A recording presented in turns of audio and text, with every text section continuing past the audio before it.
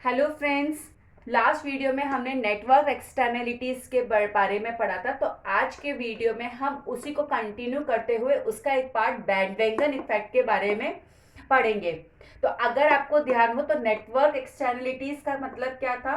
Network externalities का मतलब था कि मेरी डिमांड फॉर एनी गुड और service depend upon the demand of others demand for that particular good और सर्विस। तो यानी कि अगर मैं कोई पर्टिकुलर चीज को डिमांड करती हूं तो वो इसलिए करूंगी क्योंकि बाकी लोग भी उसको वही उसी प्रोडक्ट और सर्विस को डिमांड कर रहे हैं, तो इसीलिए मैं भी उस चीज को डिमांड करूंगी। तो that is my network externality.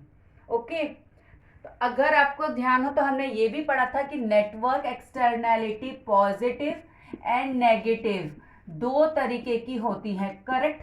तो पॉजिटिव का मतलब है कि अगर दूसरे परचेज कर रहे हैं, if others are purchasing any particular good और सर्विस, तो मैं भी उसको ही परचेज करूंगी। I will also purchase the same thing. That is the positive network externality. Okay, तो ये जो पॉजिटिव नेटवर्क एक्सटर्नैलिटी होती है ना, इसी को ही हम बैंडवैगन इफेक्ट कहते हैं। यानी कि positive network externality is our bandwagon effect.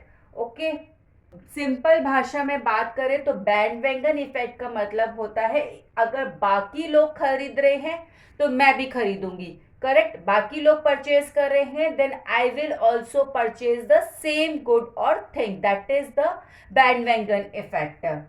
तो ये सिंपल सा एग्जांपल है, अगर आपके ग्रुप में मैक्सिमम लोगों के पास में आईफोन है या फिर एक पर्टिकुलर ब्रांड का बैग है, लेट्स से किसी भी पर्टिकुलर ब्रांड का, ठीक है, आपके पास में पर्टिकुलर ब्रांड का बैग है, ओके, तो आपको भी इसीलिए आईफोन या फिर पर्टिकुलर ब्रांड का बैग चाहिए, करेक्ट? ऐसा होता है ना कई बार कि हम अपने फ्रेंड्स को देख के हम भी पर्टिकुलर चीज की डिमांड करते हैं।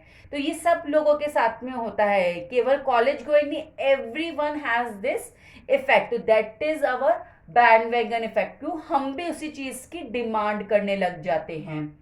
तो bandwagon effect increases demand for a product or service by influencing consumers to buy it because others are buying it।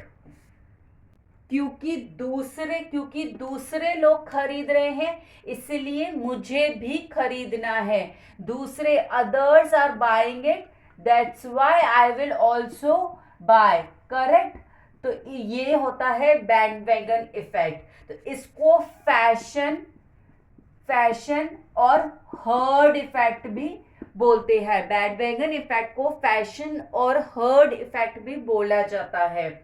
और सेवरल जो मैन्युफैक्चरिंग कंपनीज होती है ना, सेवरल क्या, सारी की सारी आज की डेट में आप ये मान लो कि सारी की सारी मैन्युफैक्चरिंग कंपनीज होती हैं, वो अपनी मार्केटिंग और एडवर्टाइजिंग स्ट्रेटेजीज जो होती है ना, वो इसी के ऊपर डिसाइड करती है, फैशन और हर्ड इफेक्ट के ऊपर। वो ये दिखाती है कि ये पर्टिकुलर सर्विस, पर्टिकुलर प्रोडक्ट और सर्विस जो हो रही है वो एक सेलिब्रिटी या फिर इन्फ्लुएंसर्स जो होते हैं सो कॉल्ड, वो यूज कर रहे हैं। तो अगर आपको भी फैशन में रहना है तो आप भी वही प्रोडक्ट और सर्विस यूज करो, तो आपको भी बहुत फायदा होगा। तो दैट इज बैंडवैगन इफेक्ट। तो ये जो इकोनॉमिक टर्म है ये हमारा मार्केटिंग स्ट्रेटेजीज को डिफाइन करने में बहुत काम आता है। तो ये था हमने बैंडवैगन इफेक्ट के बारे में। नेक्स्ट वीडियो में हम स्नॉब इफेक्ट के बारे में पढ़ेंगे कि स्नॉब इफेक्ट क्या होता है। तो तब तक मिलते हैं नेक्स्ट वीडियो में, तब तक के लिए बाय बाय।